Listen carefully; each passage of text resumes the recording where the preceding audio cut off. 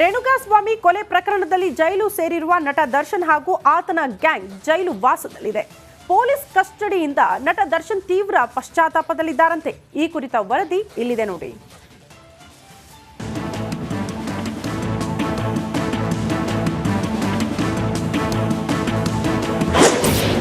ಪತ್ನಿ ಮಗನ ಭೇಟಿ ಬಳಿಕ ನಟ ದರ್ಶನ್ ರಿಲ್ಯಾಕ್ಸ್.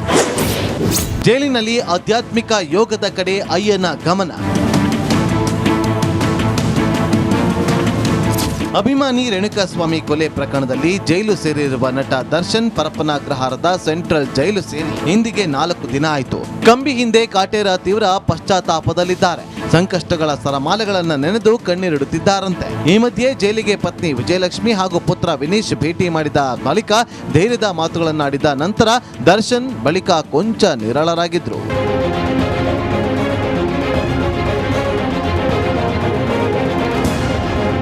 ಪತ್ನಿ ಹಾಗೂ ಪುತ್ರನ ನೋಡಿ ಕಣ್ಣೀರು ಹಾಕಿದ್ದ ಬಳಿಕ ದರ್ಶನ್ ಮನಸ್ಸು ಕೊಂಚ ಹಗುರವಾಗಿದೆ. ಹೀಗಾಗಿ ಬೇಗನೆ ನಿದ್ದೆಗೆ ಜಾರಿದ್ದಾರೆ. ಅದಲ್ಲದೆ ಆಧ್ಯಾತ್ಮಿಕತೆ ಮತ್ತು ಯೋಗದ ಕಡೆ ಅಯ್ಯ ಗಮನ ಹರಿಸಿದ್ದಾರೆ ಅಂತ ಜೈಲಧಿಕಾರಿ ಮೂಲಗಳು ತಿಳಿಸಿವೆ. ಜೈಲಿನಲ್ಲಿ ಚಡಪಡಿಸುತ್ತಿದ್ದ ನಟ ದರ್ಶನ್ ಸರಿಯಾಗಿ ಆಹಾರ ಸೇವಿಸುತ್ತಿರಲಿಲ್ಲ. ಜೊತೆಗೆ ನಿದ್ದೆಯೂ ಮಾಡ್ತಾ ಇರಲಿಲ್ಲ. ಏಕಾಂಗಿಯಾಗಿ ಕುಳಿತು ಮೌನಕ್ಕೆ ಶರಣಾಗಿದ್ರು. ಆದ್ರೆ ಪತ್ನಿ ಮಗ ಬಂದು ಹೋದ ನಂತರ ದಿನಚರಿಯೇ ಬದಲಾಗಿದೆ. ಪ್ರತಿದಿನ ಅರ್ಧ ಗಂಟೆ ಧ್ಯಾನ ಮಾಡ್ತಿದ್ದಾರೆ ಎಂದು ಜೈಲಿನ ಅಧಿಕಾರಿಗಳ ಮೂಲದಿಂದ ತಿಳಿದು ಬಂದಿದೆ. Bureau report, republic Kannada, Bengaluru.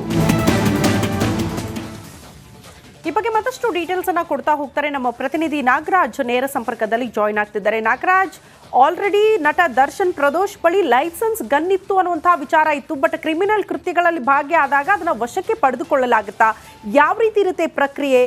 ವಶಕ್ಕೆ ಪಡೆದುಕೊಳ್ಳುವಂತಹ ನಿಟ್ಟಿನಲ್ಲಿ ತನಿಖಾಧಿಕಾರಿ ಪತ್ರ ಬರೆದಿದ್ದಾರೆ ಅಂತ ಹೇಳಲಾಗ್ತಾ ಇದೆ. ಹೆಚ್ಚಿನ ಡೀಟೇಲ್ಸ್ ಏನ್ ಕೊಡ್ತೀರಿ? ಮತ್ತೊಂದು ಕಡೆ ದರ್ಶನ್ ಅವರ ಮನಸ್ಥಿತಿ ಬಗ್ಗೆ ಈಗ ತಾನೇ ನಾವು ಗಮನಿಸ್ತಾ ಇದ್ವಿ. ಪತ್ನಿ ಮತ್ತು ಪುತ್ರ ಬಂದು ಹೋದ ಮೇಲೆ ಅವರ ದಿನಚರಿಯೇ ಬದಲಾಗಿದೆ ಅಂತ ಜೈಲಧಿಕಾರಿಗಳಿಂದ ಮಾಹಿತಿ ಸಿಕ್ಕಿದೆ ರಿಪಬ್ಲಿಕ್ ಕನ್ನಡಗೆ.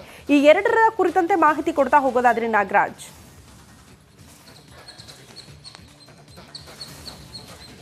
ಶ್ರುತಿ, ಏನು ಈ ಒಂದು ರೇಣುಕಾಸ್ವಾಮಿ ಕೊಲೆ ಪ್ರಕರಣದಲ್ಲಿ ಆರೋಪಿಗಳಾಗಿರ್ತಕ್ಕಂಥ ದರ್ಶನ್ ಹಾಗೇನೆ ಅದೇ ಪ್ರಕರಣದಲ್ಲಿರ್ತಕ್ಕಂಥ ಪ್ರದೋಷ್ ಬಳಿ ಒಂದು ಪಿಸ್ತೂಲುಗಳಿದ್ದುವು. ಜೊತೆಗೆ ಏನು ಇತ್ತೀಚೆಗೆ ಲೋಕಸಭಾ ಚುನಾವಣೆ ಮುಕ್ತಾಯ ಆಯಿತು. ಈ ವೇಳೆಯಲ್ಲಿ ಯಾರೇ ಒಂದು ಆರ್ಮ್ಸ್ ಆಕ್ಟ್ ಅಡಿಯಲ್ಲಿ ಸೇಫ್ಟಿಗೆ ಅಂತೇಳಿ ಪಿಸ್ತೂಲ್ಗಳನ್ನು ಹೊಂದಿದ್ರೆ ಅದನ್ನು ಈ ಒಂದು ಚುನಾವಣಾ ಸಂದರ್ಭಗಳಲ್ಲಿ ರಿಟರ್ನ್ ಕೊಡಬೇಕಾದಂಥ ಒಂದು ಕಾನೂನು ಇರ್ತಕ್ಕಂಥದ್ದು.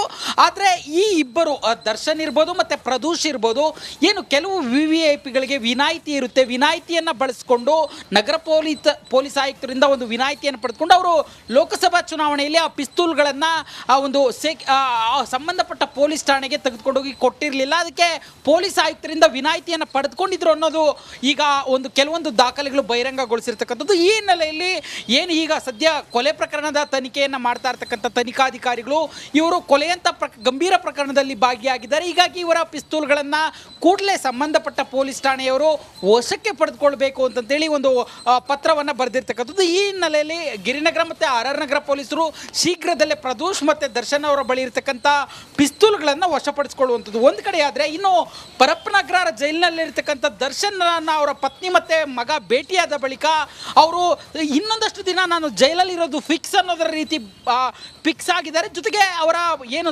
ಆರಂಭದಲ್ಲಿ ಬಂದಾಗ ಸಾಕಷ್ಟು ಚಿಂತಾಕ್ರಾಂತರಾಗಿರ್ತಾ ಇದ್ರು. ಜೊತೆಗೆ ಯಾರೊಟ್ಟಿಗೂ ಅಷ್ಟೊಂದು ಮಾತಾಡ್ತಾ ಇರಲಿಲ್ಲ. ಆದರೆ ಈಗ ಇಲ್ಲಿ ಜೈಲಲ್ಲೇ ಇರಬೇಕಾದಂಥ ಅನಿವಾರ್ಯತೆಯನ್ನು ಅವರು ಅರ್ಥಕೊಂಡಿದ್ದಾರೆ. ಹೀಗಾಗಿ ಅವರ ಒಂದು ನೇಚರಲ್ಲಿ ಅವರೊಂದು ನಡೆದುಕೊಳ್ಳೋ ರೀತಿಯಲ್ಲಿ ಬದಲಾವಣೆ ಆಗಿದೆ ಅಂತೇಳಿ ಪರಪ್ಪನಗ್ರಹಾರದ ಉನ್ನತ ಮೂಲಗಳು ಹೇಳ್ತಾ ಇರ್ತಕ್ಕಂಥದ್ದು. ಹೀಗಾಗಿ ಎಲ್ಲೋ ಒಂದು ಕಡೆ ನಟ ದರ್ಶನ್ ಇನ್ನೊಂದಷ್ಟು ದಿನ ನನಗೆ ಜಾಮೀನು ಸಿಗಲ್ಲ, ನಾನು ಜೈಲಲ್ಲೇ ಇರಬೇಕು ಅನ್ನೋದನ್ನ ಮನಗಂಡಿರಂತೆ ಕಾಣ್ತಾ ಇರ್ತಕ್ಕಂಥದ್ದು. ಶ್ರುತಿ, ಓಕೆ ನಾಗರಾಜ್, ಹಾಗೆ ಸಂಪರ್ಕ